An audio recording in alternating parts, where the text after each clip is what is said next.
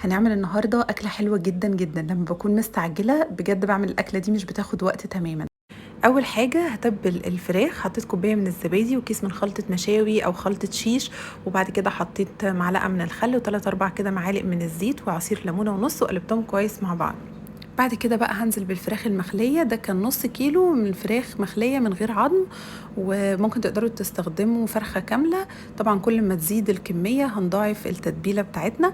هنعمل صلصة الدقوس ودي المكونات بتاعتها مكتوبة عندكم هي دي كلها، وبعد كده نفرم كل بقى الحاجات دي في الكبة وعليها عصرة ليمونة كده كاملة، وهاحط بقى ربع معلقة من الفلفل الأسود وربع معلقة من الكمون، رشة من الملح، معلقتين من زيت الزيتون، وهاقلب كل المكونات وكده الصلصة بقت جاهزة معانا. هنعمل بقى الرز، هاحط بقى معلقة من أي مادة دهنية و2 مكعب مرق دجاج، وبعدين هاقلبهم كده شوية وانزل عليهم بربع معلقة من بهارات الكبسة وربع معلقة من الكاري، وبعدين هقلبهم برضو تقليبة وانزل بالمية. المية طبعا بتبقى ضعف الرز.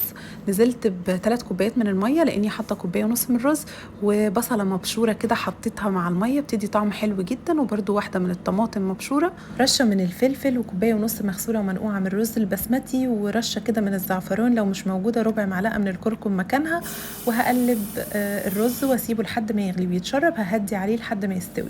جبت صينيه سخنه جدا جدا ونزلت كده عليها بالفراخ وقلبتها كده على كل ناحيه كام دقيقه، وكانت جاهزه معايا وكان طعمها حلو جدا. حطيت لها كمان فحمه عشان تاخد طعم الشوي ده لذيذ قوي، هتعجبكم جدا، احلى كتير من الفراخ اللي بناكلها بره. وشايفين الرز استوى وبقى لذيذ جدا، طعمه حلو كمان قوي، والاكله كلها بجد لذيذه قوي، لازم تجربوها. بس كده وخلصنا الأكلة. تقدروا تقدموها بأي شكل انتوا تحبوه، يعني تعتبر أكلة كاملة لذيذة وطعمها حلو، وبجد ما بتاخدش وقت، ما خدتش مني وقت تماما. ما تنسوش تعملوا لايك وشير لو الفيديو عجبكم.